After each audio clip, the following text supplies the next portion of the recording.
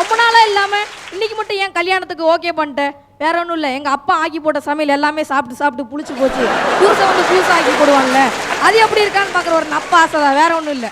அம்மி மிதிச்சு அருந்ததி பார்த்த கல்யாணம்லாம் இன்னைக்கு எப்படி போயிட்டு இருக்கு பாருங்க. இல்லை லவ் பண்ண போனோம்னா அங்கே ரொம்ப அழகாக நடக்கும். மாலா உனக்காக நான் என்ன வேணாலும் செய்வேன் அப்படின்னா முதல்ல எனக்கு நல்ல மாப்பிள்ளையா பாரு, மற்றதெல்லாம் அப்புறம் பேசிக்கலாம்.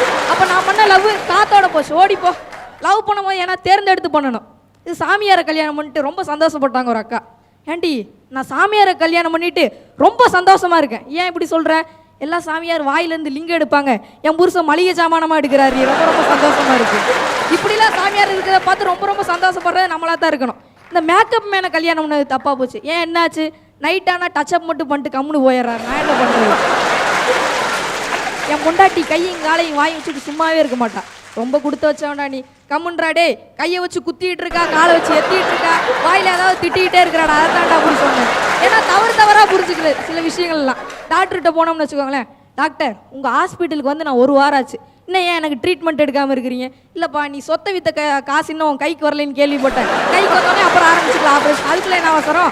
உயிரே போயிடும் ஆப்ரேஷன் ஆரம்பிக்கிறதுக்குள்ளே. டாக்டர் என்ன மட்டன் சாப்பிட வேணான்னாரு. அப்படியா, மட்டன் சாப்பிட்றத நிறுத்திட்டியா? இல்லை டாக்டர்கிட்ட போகிறதே நிறுத்திட்டேன். ஒரு நல்ல விஷயம் சொன்னால் ஏற்றுக்கிறது இல்லை. இன்னைக்கு ஜோசிகாரன்ட்ட ஜோசியம் பார்க்க போகும்போது ஜோசிகாரர் சொல்கிறார், ஜோசிகாரரே என் ஆயில் ரக எப்படி இருக்குது? ஓல பணத்தை கூடியா இப்போ அப்போன்னு இருக்கு. ஏன்னா அப்படி இருந்தால் யாருக்கு என்ன பேச முடியுது? இன்னும் சில விஷயங்கள் இன்னும் ரொம்ப அழகாக பார்க்க போகலாம். கல்யாணத்துக்கு அப்புறம் ஒரு அப்பா அவனோட பையன்ட்ட ரொம்ப அழகாக கேட்டிருக்கிறார், தம்பி நீ அப்பா பிள்ளையா அம்மா பிள்ளையா? இப்படி சந்தேகப்பட்டு என்ன குடும்பத்திலேருந்து பிரிச்சிடாதீங்கப்பா. சின்ன பையனோட ஏக்கம் யாருக்கு புரியுது இன்னைக்கு? ஆக மொத்தம் இந்த மாதிரி நகைச்சுவைன்றது எல்லா இடத்துலையும் இருக்குது. அதை நீங்கள் பார்த்து தொடர்ந்து ரசிகன்னு சொல்லிட்டு சின்ன விஷயம் சொல்லுவாங்க.